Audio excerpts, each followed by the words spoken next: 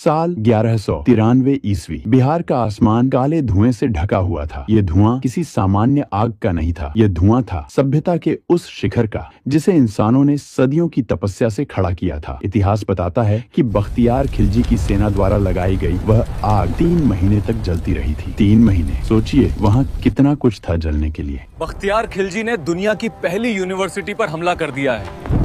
लगता है लूटपाट मकसद नहीं है।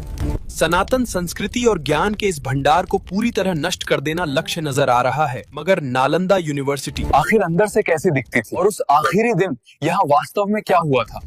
अगर आप सच जानना चाहते हैं तो चलिए इतिहास को शुरू से करते हैं। स्वागत है 5वीं शताब्दी के भारत में। स्वागत है जलने से पहले के नालंदा महाविहार में। यह सिर्फ एक विश्वविद्यालय नहीं था, यह ज्ञान का एक पूरा शहर था। इसकी नींव गुप्त वंश के शासक कुमार गुप्त प्रथम ने 5वीं शताब्दी में रखी थी। लेकिन आने वाली सदियों में हर्षवर्धन और पाल वंश के राजाओं ने इसे इतना भव्य बना दिया कि इसकी तुलना दुनिया में किसी भी चीज से नहीं की जा सकती थी। मैं चीनी यात्री हुएनसांग। मैं करीब 7वीं शताब्दी में यहाँ छात्र और शिक्षक के रूप में मैंने इस नालंदा यूनिवर्सिटी में अपनी सेवा दी थी। सैकड़ों विदेशी नागरिक मेरी तरह शिक्षा प्राप्त करने के लिए भारत आते थे। भले ही आज चीन आगे है, एक समय था जब भारत सबसे आगे था। जरा इसके मुख्य द्वार की कल्पना करें। यह द्वार सिर्फ ईंट पत्थर का नहीं था, इसमें विशेष संदेश छुपे हैं। यह दुनिया की सबसे कठिन परीक्षा का केंद्र था। नालंदा में प्रवेश पाना आज के हार्वर्ड या ऑक्सफोर्ड से भी कई गुना मुश्किल था। यहाँ का द्वार पंडित ही आवेदकों से ऐसे कठिन सवाल पूछता था कि 10 में से 8 छात्र निराश होकर यहीं से लौट जाते थे। जो अंदर कदम रख पाता था वह पहले से ही एक जीनियस होता था। अंदर कदम रखते ही आपको इसकी विशालता का एहसास होता है। यह पूरा परिसर एक ऊंची 4 दीवारी से घिरा था। यहाँ 8 बड़े शिक्षण परिसर और 10 भव्य मंदिर थे। ये इमारतें सिर्फ 1 या 2 मंजिल की नहीं थी। कुछ इमारतें 4 से 5 मंजिल ऊंची थीं, जो उस दौर की इंजीनियरिंग का चमत्कार थी। हर तरफ कलात्मक नक्काशी, मूर्तियों से सजी दीवारें और शांत वातावरण। यह जगह शोर शराबे से दूर सिर्फ चिंतन और मनन के लिए बनाई गई थी। नाम ह्यूचो है। मैं कोरिया देश का बौद्ध भिक्षु हूँ।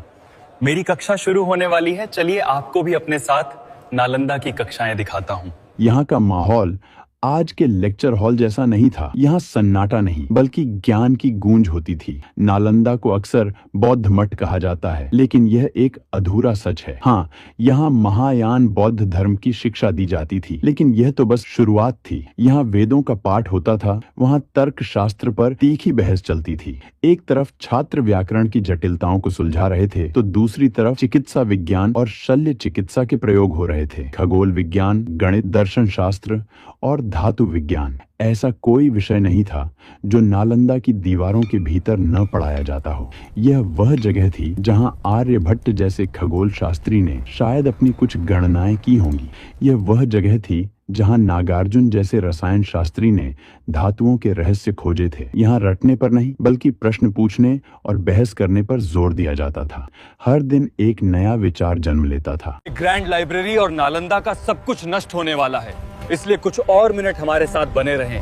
आखिर आप भारत का महान इतिहास देख रहे हैं। अब जो मेरे पीछे पुस्तकों का भंडार देख रहे हैं, ये नालंदा की लाइब्रेरी है। इस अंक में मैं आपको इसकी भव्यता दिखाया हूँ। वह जगह जिसके जलने का दर्द इतिहास आज भी महसूस करता है। यह है धर्मगूंज, यानी धर्म का बाजार। यह नालंदा का पुस्तकालय था। प्राचीन दुनिया में जब अधिकांश सभ्यताएं लिखना सीख ही रही थीं, नालंदा के पास 3 विशालकाय बहुमंजिला इमारतें सिर्फ किताबों के लिए थीं। इनके नाम थे रत्नासागर, रत्नोदधि और रत्नरंजक। इनमें से रत्नोदधि 9 मंजिल ऊंची इमारत थी। कल्पना करें, 9 मंजिलें सिर्फ और सिर्फ पांडुलिपियों से भरी हुई।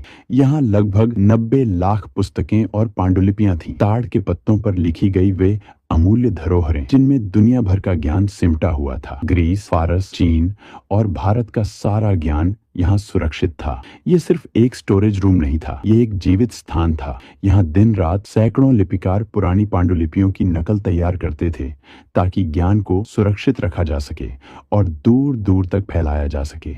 जो ज्ञान यहाँ था वह दुनिया में और कहीं नहीं था। यही वह खजाना था जिसे देखने के लिए दुनिया तरसती थी, और यही वह खजाना था जो ईर्ष्या का कारण बना। इतने विशाल संस्थान को चलाना आसान काम नहीं था। नालंदा में 10,000 से भी अधिक छात्र और लगभग 2,000 शिक्षक यहाँ रहते थे। छात्र इन मठों या विहारों में रहते थे, जिनके पत्थर के बिस्तरों के अवशेष आज भी खंडहरों में मिलते हैं। यहाँ शिक्षा पूरी तरह निःशुल्क थी। रहना, खाना, कपड़े और चिकित्सा सब कुछ मुफ्त। इसका खर्च कैसे चलता था? इतिहास बताता है कि लगभग 200 गांवों का राजस्व नालंदा के नाम कर दिया गया था। इन गांवों के लोग अनाज, दूध और घी बैलगाड़ियों में भरकर यहाँ लाते थे। नालंदा सही मायनों में दुनिया का पहला अंतर्राष्ट्रीय विश्वविद्यालय था। यहाँ के गलियारों में आपको सिर्फ भारतीय नहीं बल्कि कोरिया, जापान, चीन, तिब्बत, इंडोनेशिया, फारस और तुर्की के छात्र भी मिल जाते थे। यह एक मेल्टिंग पॉट था जहां विभिन्न संस्कृतियां एक ही उद्देश्य के लिए मिलती थीं, ज्ञान की खोज। 700 सालों तक नालंदा दुनिया को रोशन करता रहा। 1193 का वो साल जब बख्तियार खिलजी ने नालंदा पर हमला कर दिया। बख्तियार खिलजी का उद्देश्य सिर्फ लूटपाट नहीं था, उसका उद्देश्य था एक संस्कृति, एक विचारधारा और एक ज्ञान परंपरा को जड़ से मिटा देना, जिसमें वो सफल भी रहा। कहा जाता है कि जब धर्मगूंज पुस्तकालय में आग लगाई गई तो उसमें इतनी किताबें थीं कि वो आग 3 महीने तक नहीं बुझी। उस आग में हमने क्या खोया, इसका अंदाजा लगाना भी नामुमकिन है। चिकित्सा के वे फार्मूले, गणित के वे सिद्धांत, खगोल विज्ञान की वे गणनाएं जो शायद दुनिया को सदियों आगे ले जा सकती थीं, सब धुएं में मिल गईं। आज एआई ने हमें वह दिखाया जो हमने खो दिया है। यह दृश्य हमें गर्व से भरते हैं, लेकिन साथ ही एक टीज भी छोड़ जाते हैं। नालंदा सिर्फ ईंटों का ढेर नहीं था। नालंदा एक विचार था कि ज्ञान पर किसी एक देश या धर्म का अधिकार नहीं।